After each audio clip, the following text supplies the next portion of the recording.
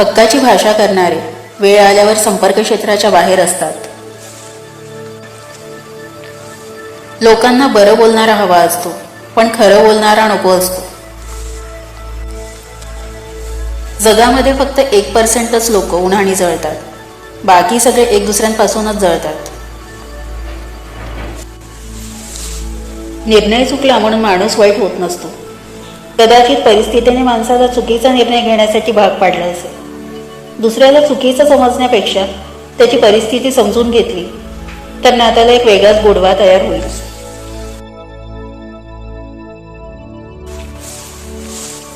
लोकांचं बोलणं कधी मनावर घेऊ नका. लोक पेरू विकत घेताना गोड आहे का असं विचारतात आणि खाताना मिठासोबत खातात. जगामध्ये फक्त 1%च लोक उन्हापासून जळतात, बाकी सगळे लोक एकमेकांपासूनच जळतात. माणसाने कधीही तयारीत राहावं, कारण सध्याच्या युगात वातावरण आणि माणसं कधी बदलतील हे सांगता येत नाही.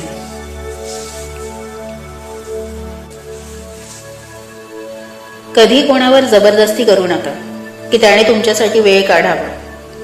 जर त्या व्यक्तीला खरंच तुमची काळजी असेल तर तो स्वतःहून तुमच्यासाठी वेळ काढेल. माणसाचं काय घेऊन बसलात? पैसे आले की पाकिट पण फुलतं. लक्षात ठेवा, कोणाला सांभाळायचं आणि कोणापासून सांभाळून राहायचं हे ओळखायला शिका, कारण आपल्या काड्या करणारे आपलेच नालायक असतात. बोलून दाखवायचं नाही, बस लक्षात ठेवायचं कोण आपल्याशी कसं वागतंय. कारण बोलून वाईट होण्यापेक्षा शांत राहणं केव्हाही चांगलं, कारण लोक खोटं बोलून माणसं जिंकतात आणि आपण खरं बोलून सगळ्यांपासून दूर राहतो. फसवणाऱ्याला स्वतःची लाज वाटली पाहिजे, बस एवढंच प्रामाणिक राहा.